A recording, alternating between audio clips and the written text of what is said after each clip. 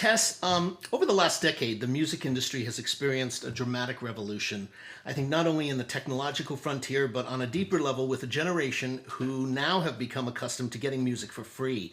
And I know you've spoken a lot about this at different events. Do you think music can ever regain the perception of being something of great value? Yes.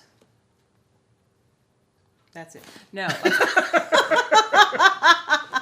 Well, yes, absolutely, because in my view, music is the finest invention of mankind, one of the finest in any case. I myself am a classical pianist. I've spent more hours around music than, I'm sure there are many people in the industry like that, but I'm certainly one of them. And without it, where would we be? I think what has to change, as you said, is the perception. And I believe what has occurred, or what has been occurring, is partially the victory of marketing of technology. Okay? And technology is brilliant. I mean, I like email just as much as the next guy. I like having a light. I like having running water and flush toilets and, all of those things, and a nice stereo system. It's wonderful. But the technology, as great as it is nothing without the music. It's nothing without the content. And what's happened is that the delivery mechanisms of the music have become, have almost supplanted the value of the music, all right?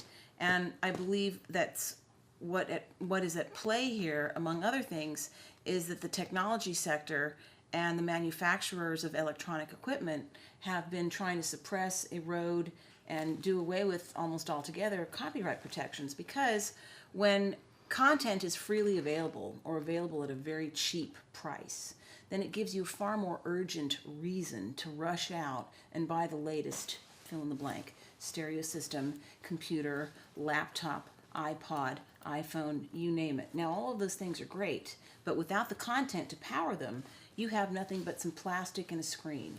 Okay? You need the content. Now, Bill Gates gets paid very well for Microsoft Word, and Steve Jobs and Apple get paid very well for their technology, and it's a brilliant technology. I take nothing away from it.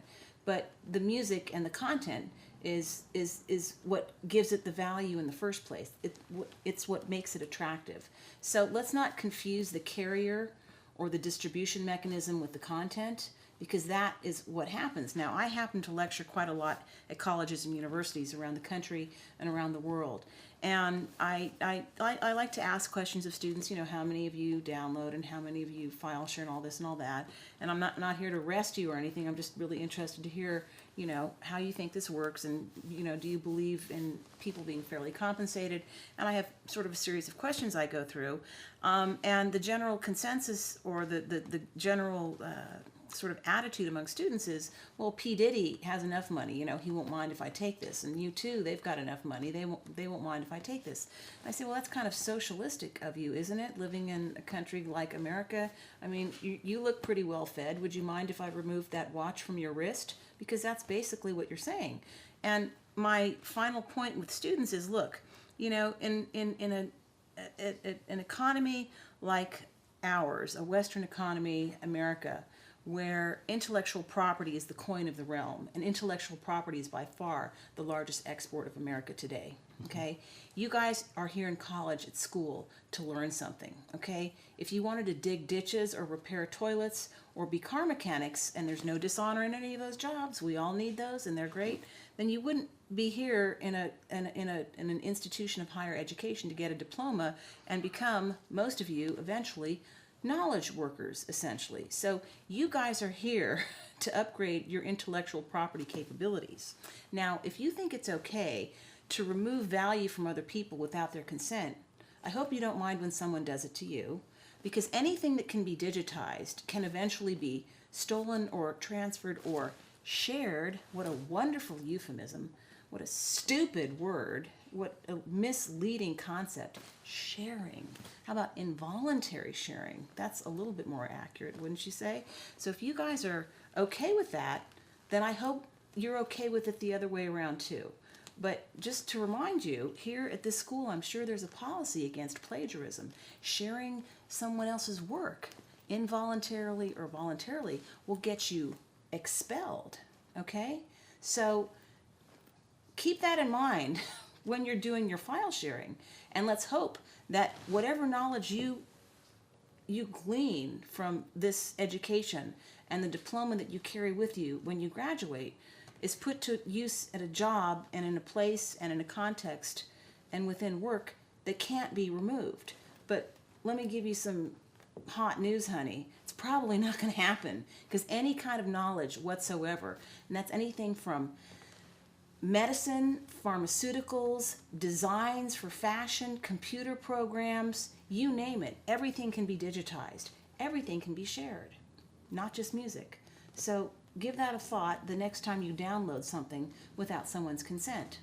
I'm not going to arrest you, but I hope that you have a decent future and a way to earn an income, and that you give a thought to the income that you were removing from someone else involuntarily. Okay. Tess, one of the things that I know you do a lot of is you consult a lot with people who want to get into the business. People come to you for advice, they come to you for career counseling. And I know, as we talked before, the business, the industry itself, the music industry itself has so dramatically changed over the last couple of years. What, in your mind, are some of the skill sets that people need today that are distinct from perhaps different eras, or another era, that are so needed today with regards to getting jobs? Well, the basics will never change, and yet the basics are almost always forgotten. The basics include etiquette, politeness, follow-up, a good phone manner. Someone who can leave a good phone message, you might laugh, but our mutual friend Dan Kimpel has actually written a chapter on this, on how to leave a good phone message, okay? How to write a decent cover letter, how to not spam people with your resume, how to market directly to the person whose skills, to whom you might sell your skills. Do they need you? Do they want you? What do they need? I recommend to people that they read How to Win Friends and Influence People at least once, if not twice a year, for the rest of their lives, because that's the most fundamental and essential book for how to get along with people. And it was written essentially as a sales manual, but it's more of an etiquette and a how-to. I love that book. It's got the best cover letter of all time in it, which I personally have adapted for my own use probably 10,000 times, okay? It's how to get through to people in an effective, non-irritating way, how to be aggressive but not too aggressive, how to really cut through the walls that important and busy people keep around them. It's finding a way to get through, and that means being creative and not doing the same old thing.